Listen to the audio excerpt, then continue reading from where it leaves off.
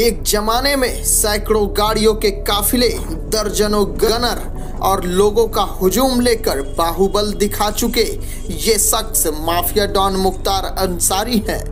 Mafia don Mukhtar Ansari, जिनकी हनक के आगे कभी पूर्वांचल की सियासत का पूरा हवा पानी बदल जाता था। माफिया डॉन मुख्तार अंसारी, जिनका करीबी हो जाने भर के नाम से न जाने कितनों ने जमीन खरीद डाली, कॉम्प्लेक्स बना डाले और गगनचुंबी इमारत खड़ी कर डाली।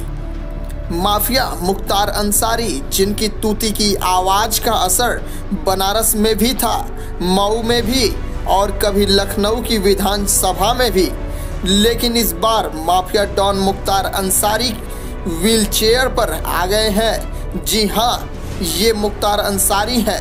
ये पंजाब की एक अदालत है और यहाँ पर इनकी पेशी हो रही है।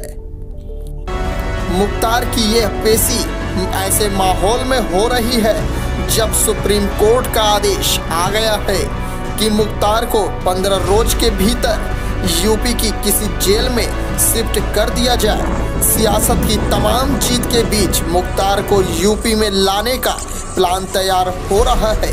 कारागार खोजा जा रहा है और कानूनी पक्ष मजबूत हो रहे हैं। वहीं मुख्तार खेमे की टेंशन बढ़ने लगी है।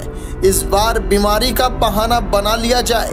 शायद इसी पैतरे से मोहाली की अदालत में व्हील चेयर पर बैठकर पेशी कराई गई है।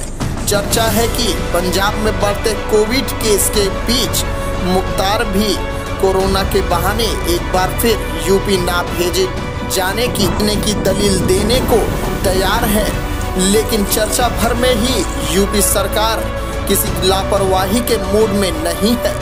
लेकिन मुद्दा तो यह है कि कभी अपनी एक नज़र से पूर्वांचल में तमाम सीटों पर समीकरण सेट करने वाले मुख्तार की ये हालत कैसे हो गई।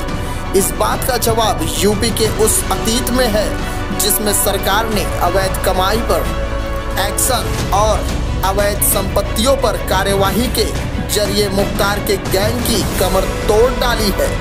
योगी सरकार की सख्त कार्रवाई के बीच मुख्तार गैंग से नाम जोड़ने भर से ही बदमाश कांप रहे हैं। सबको डर है कि नाम जुड़ा तो तमाम संपत्तियां सरकार के रेडार पर आ जाएंगी।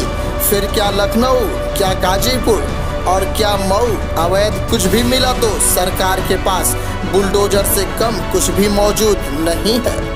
शायद इसी एक्शन का डर है और विकास दुबे जैसे माफियाओं पर हुई कार्यवाही की याद भी, जो कभी सड़कों का रास्ता मुड़वाने की हैसियत रखने वाले मुख्तार अंसारी जैसे माफिया और सड़क के रास्ते यूपी आने से डरने लगे हैं। कमाई पर असर कितना है वो इससे समझ लीजिए कि मुख्तार गैंग की करोड़ों नहीं अरबों की संपत्तियों पर बुलडोजर चल चुका है।